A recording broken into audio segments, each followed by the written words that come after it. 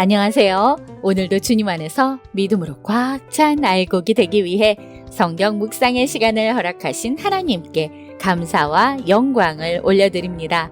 10월 9일 목요일 묵상 말씀을 시작하겠습니다. 우리의 삶은 누구와 함께 하느냐, 무엇을 가까이 하느냐에 따라 그 방향이 크게 달라집니다. 빛 대신 어둠을 가까이 하고 하나님 대신 세상의 유혹과 죄악을 가까이 하면 어느새 우리 자신도 모르게 그 색을 닮아갑니다. 우리가 무엇을 가까이 하는지 점검하며 말씀을 가까이 하는 삶이 되길 다짐하는 시간이 됩시다. 오늘의 제목은 근묵자흑입니다. 아합의 딸과 결혼한 여호람은 다윗 가문의 정체성을 버리고 아합 가문에 속한 사람처럼 하나님 앞에서 악을 저지릅니다. 그는 쓸쓸하고 비참하게 최후를 맞습니다. 오늘 본문 역대하 21장 2절에서 20절까지의 말씀을 함께 듣겠습니다. 여호사밧의 아들 여호람의 아우들 아사랴와 여히엘과 스가랴와 아사랴와 미가엘과 스바디아는 다 유다 왕 여호사밧의 아들들이라. 그의 아버지가 그들에게는 은금과 보물과 유다 견고한 성읍들을 선물로 후히 주었고, 여호람은 장자임으로 왕위를 주었더니 여호람이 그의 아버지의 왕국을 다스리게 되어 세력을 얻은 후에 그의 모든 아우들과 이스라엘 방백들 중 몇 사람을 칼로 죽였더라. 여호람이 왕위에 오를 때 나이가 32세라 예루살렘에서 8년 동안 다스리니라. 그가 이스라엘 왕들의 길로 행하여 아합의 집과 같이 하였으니 이는 아합의 딸이 그의 아내가 되었습니다. 그가 여호와 보시기에 악을 행하였으나 여호와께서 다윗의 집을 멸하기를 즐겨하지 아니하셨음은 이전에 다윗과 더불어 언약을 세우시고 또 다윗과 그의 자손에게 항상 등불을 주겠다고 말씀하셨음이더라. 여호람 때에 에돔이 배반하여 유다의 지배하에서 벗어나 자기 위에 왕을 세우므로 여호람이 지휘관들과 모든 병거를 거느리고 출정하였더니 밤에 일어나서 자기를 애워싼 에돔 사람과 그 병거의 지휘관들을 쳤더라. 이와 같이 에돔이 배반하여 유다의 지배하에서 벗어났더니 오늘까지 그러하였으며, 그때 림나도 배반하여 여호람의 지배하에서 벗어났으니 이는 그가 그의 조상들의 하나님 여호와를 버렸음이더라.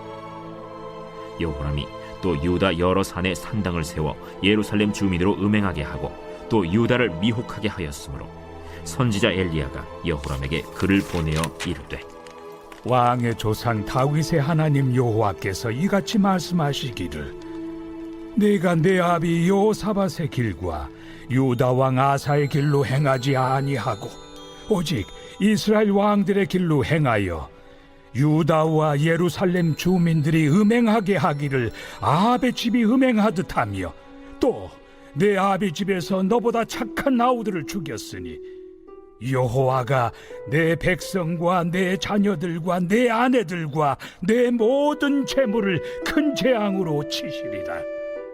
또 너는 창자에 중병이 들고 그 병이 날로 중하여 창자가 빠져나오리라 하셨다. 여호와께서 블레셋 사람들과 구스에서 가까운 아라비아 사람들의 마음을 격동시키사 여호람을 치게 하셨으므로 그들이 올라와서 유다를 침략하여 왕궁의 모든 재물과 그의 아들들과 아내들을 탈취하였으므로 막내 아들 여호야하스 외에는 한 아들도 남지 아니하였더라. 이 모든 일 후에 여호와께서 여호람을 치사 능히 고치지 못할 병이 그 창자에 들게 하셨으므로 여러 날 후 2년 만에 그의 창자가 그 병으로 말미암아 빠져나오매 그가 그 심한 병으로 죽으니 백성이 그들의 조상들에게 분향하던 것 같이 그에게 분향하지 아니하였으며, 여호람이 32세에 즉위하고 예루살렘에서 8년 동안 다스리다가 아끼는 자 없이 세상을 떠났으며, 무리가 그를 다윗 성에 장사하였으나 열왕의 묘실에는 두지 아니하였더라. 오늘 우리에게 주시는 교훈은 무엇일까요? 2절에서 7절 말씀을 보시면 여호사밧의 아들 여호람은 왕이 되자 형제들을 제거하고 권력을 독점했습니다. 그는 유다 왕가의 유산을 이어받았지만 여호사밧이 세워놓은 믿음의 기초를 버리고 아합의 딸과 결혼함으로써 하나님을 떠나 악을 행하기 시작했습니다. 이는 단순한 정치적 선택이 아니라 누구와 함께 하느냐가 그 사람의 삶의 방향을 결정한다는 중요한 교훈을 보여줍니다. 근묵자흑이라는 말처럼 악한 사람을 가까이 하면 그의 악함이 우리 삶에도 스며듭니다. 하나님은 다윗과의 언약 때문에 유다를 완전히 멸하지 않으셨습니다. 이것은 인간의 죄악 속에서도 하나님의 언약은 변함없음을 보여줍니다. 인간의 실패에도 불구하고 하나님의 언약은 하나님의 신실하심으로 유지됩니다. 그러나 하나님의 은혜가 있다고 해서 우리가 죄악을 가볍게 여겨서는 안 됩니다. 은혜는 죄를 덮기 위한 값싼 구실이 아니라 거룩을 향해 나아가도록 이끄는 능력이어야 합니다. 믿음의 사람들과 말씀을 가까이 하며 하나님을 기쁘시게 하는 선택을 하며 살아갑시다. 8절에서 11절 말씀을 보시면 여호람이 하나님의 길을 버리고 세상의 방법으로 나라를 다스리자 주변 민족들이 반기를 들었습니다. 에돔이 배반하고 림나도 등을 돌리며 혼란이 시작되었습니다. 하나님 없이 세운 권력과 관계는 결국 무너질 수밖에 없습니다. 여호람은 강하게 통제하려 했지만 그의 통치는 사람들의 마음을 얻지 못했습니다. 세상의 힘으로 얻는 평안은 오래가지 않습니다. 하나님의 통치가 무너진 자리는 곧 혼란과 두려움으로 채워집니다. 여호람의 시대의 혼란은 영적 질서가 무너졌기 때문에 나타난 결과입니다. 사람의 인정, 재물, 지위가 아니라 하나님을 의지하며 우리 삶의 중심을 주님께 두며 살아갑시다. 12절에서 15절 말씀을 보시면 하나님께서는 엘리야를 통해 여호람에게 경고의 편지를 보내셨습니다.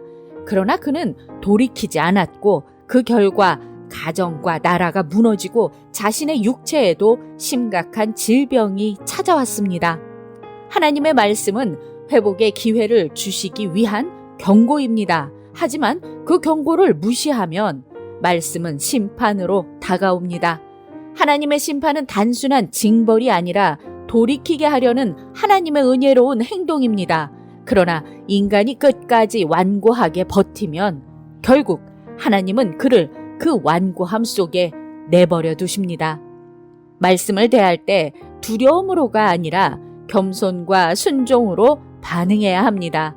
말씀을 들을 때 나와 상관없는 이야기로 치부하지 않으며 작은 경고라도 하나님의 음성으로 여기며 즉시 회개하고 순종합시다. 16절에서 20절 말씀을 보시면 여호람의 마지막은 비참했습니다. 그의 병은 악화되어 극심한 고통 가운데 죽었고 백성들은 그를 위해 슬퍼하지도 않았습니다. 왕이었지만 죽음을 애도해 줄 사람이 없었습니다. 그의 인생은 경고를 무시하고 하나님을 떠나 세상을 붙든 삶이 얼마나 허무하게 끝나는지를 보여줍니다. 인생의 마지막 평가는 세상이 아닌 하나님 앞에서의 평가입니다. 여호람의 죽음은 잠시의 권력과 영광이 아니라 하나님 앞에서의 신실함이 참된 복이라는 것을 보여줍니다. 가까이 해야 할 것은 하나님의 말씀이며 멀리 해야 할 것은 죄의 기름을 기억하며 우리의 삶을 통해 하나님의 영광이 드러나는 길을 선택합시다. 기도하겠습니다. 하나님, 오늘 우리에게 주신 말씀대로 세상의 화려함과 성공에 물들지 않고 하나님을 경외하며 언약의 복을 누리게 하여 주시옵소서. 예수 그리스도의 이름으로 기도드립니다. 아멘. 근묵자흑, 먹을 가까이 하면 검어진다는 말처럼 우리의 삶은 무엇을 가까이 하느냐에 따라 방향이 결정됩니다. 하나님의 말씀과 믿음의 사람들을 가까이 하면 빛 가운데 서게 되지만 세상의 죄악과 타협하면 어둠 속으로 점점 더 깊이 들어갑니다. 우리의 마음이 어디에 붙들려 있는지를 점검하며 주님께 가까이, 말씀에 가까이, 믿음의 공동체에 가까이 서는 하루가 되길 소망하며 오늘도 광야 같은 세상에서 하나님의 말씀으로 승리합시다. 저는 내일 다시 찾아뵙겠습니다.